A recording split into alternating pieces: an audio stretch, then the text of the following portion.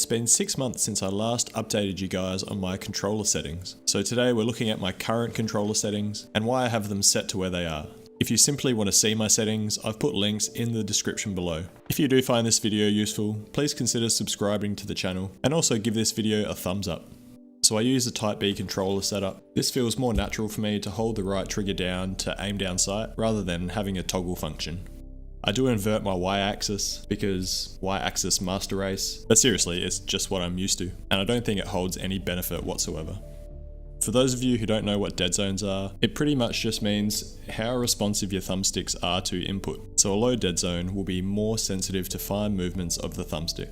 My dead zones haven't changed at all since my last video. I feel like I've found the sweet spot with the right dead zone set to 4 and the left dead zone set to 1. As I mentioned in my last video, the reasons that I have these settings where they are is that you can afford to have an overly sensitive left thumbstick, because this pretty much just controls your character movement. For the right thumbstick though, you don't want this to be too sensitive, otherwise you'll find that you're overshooting targets and finding it difficult to settle on one point. I still use controller vibration, but I've drastically reduced this from 10 to 2. I personally enjoy immersing myself in a game, so good quality audio, controller vibration, and all that kind of stuff I'm all about. And also I feel like a bit of controller vibration really sets off my stress response, so I can go into survival mode. Forward running sensitivity is back at the default setting of 20, and to be honest, I don't really think this setting matters at all. Movement sensitivity remains maxed out at 100. As I mentioned in my last settings video as well, you will very rarely see me walking in PUBG. I'm either on the move or stationary and listening for movement, so the easier to run the better for me. I still haven't played around at all with vertical sensitivity multiplier. I know that some people do crank this right up so you don't have to move the thumbstick much, but I feel that this setting really just comes down to muscle memory, so I've decided not to play around with it at all, and that works well for me. General sensitivity.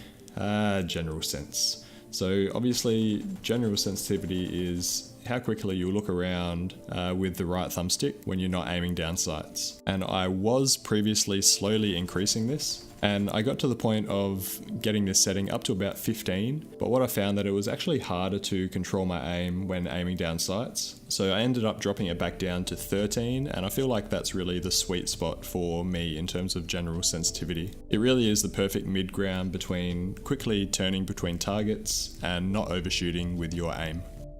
Aim acceleration, this is how quickly you want to be able to reach maximum camera turning speed. And this setting is only activated when your thumbstick input is more than 50%. So if aim acceleration is off, your turning speed will be consistent and will only be determined by your general sensitivity and aim down sight sensitivity. If you have this setting on as low, then the turning speed will slowly ramp up to a maximum speed. And if you have this on high, then your turning speed will quickly ramp up to its maximum speed.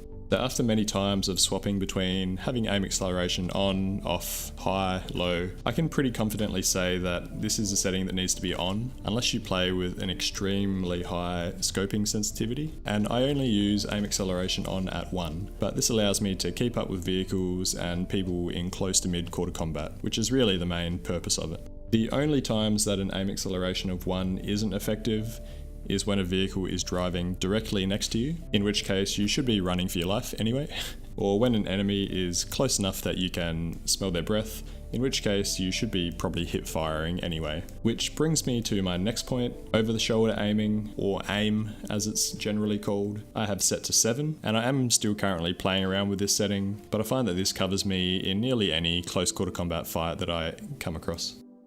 Finally, aim down sight sensitivity. I have lowered this yet again. So my 1x optic I have at 3, and the rest of my scopes I have set to 4. But Harvey's, how can you associate GG with your name when you have such low noob-like sensitivities? And as I've said previously, this is the most important factor in having steady aim in PUBG on console. High general sensitivity is needed to flick between opponents quickly, but when you actually aim down sight and start to fire, the low aim down sight sensitivity will allow you to maintain a steady crosshair. And if the enemy you're shooting at quickly moves one way or another, then aim acceleration will play its role. So there you have it guys. I recommend you watch my latest solo edit by clicking the YouTube card in the top right corner now. That way you can see some of these settings put into action. But anyway, I do hope you found this video useful. If you did, do consider subscribing to the channel and let me know in the comments your settings similar to what I'm currently running. But anyway, take it easy. I'll see you in the next video.